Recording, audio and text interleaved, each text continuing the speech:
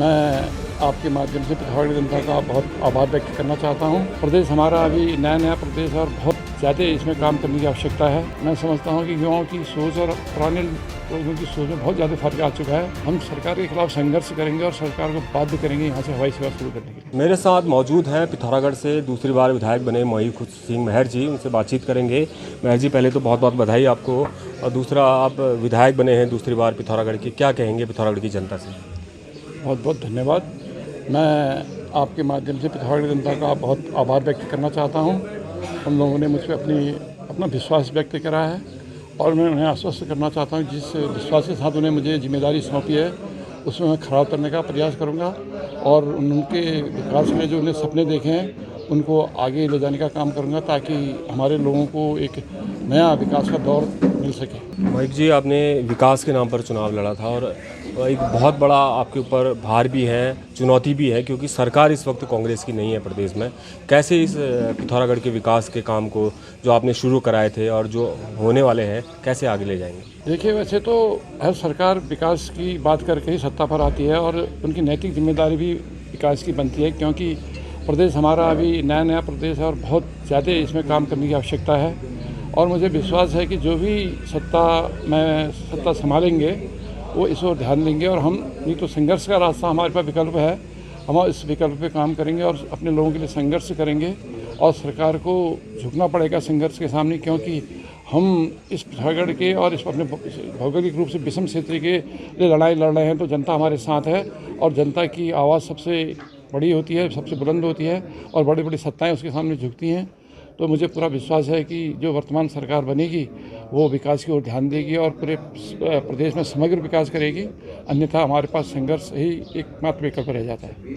महर जी, एक अपेक्षाएं थी कि कांग्रेस की सरकार वापस आएगी, सभी जितने भी उम्मीदवार थे सबको लगता था, सभी कार्यकर्ताओं को लगता था, लेकिन कांग्रेस रिपीट नहीं कर पाई, वापस नहीं आ पाई। तो क्या लगता है कहाँ कमी रहेगी कांग्रेस में?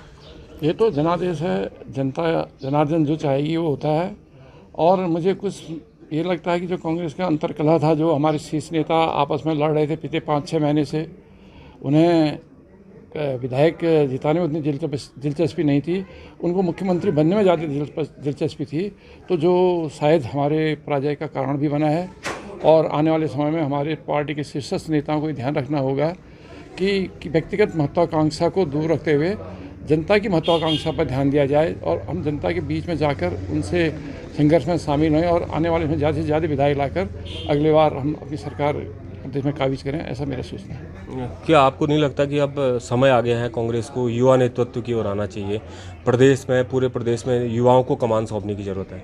बिल्कुल, अब पूरा जो भार है वो युवाओं के कंधों पर आना चाहिए, क्योंकि मैं समझता हूँ कि युवाओं की सोच और पुराने लोगों की सोच में बहुत ज़्यादा फर्क आ चुका है।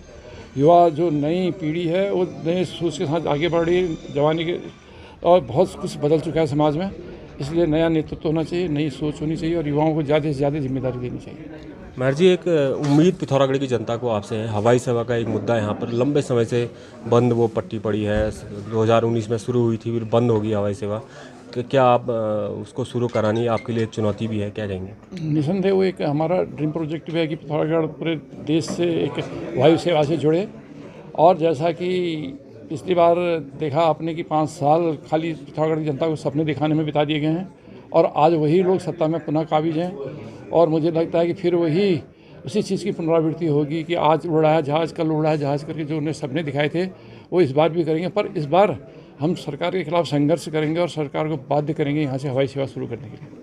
धन्यवाद हमसे बात करने के लिए। तो ये थे पिथौरागढ़ के नवनिर्वाचित विधायक मयूख सिंह महर जी, जिनका साफ तौर पर कहना है कि वे पिथौरागढ़ की योजनाओं के लिए लगातार संघर्ष करते रहेंगे। पिथौरागढ़ से कैमरा पर्सन मनोज चंद के साथ मैं राकेश पंत, न्यूज़ 31 उत्तराखंड।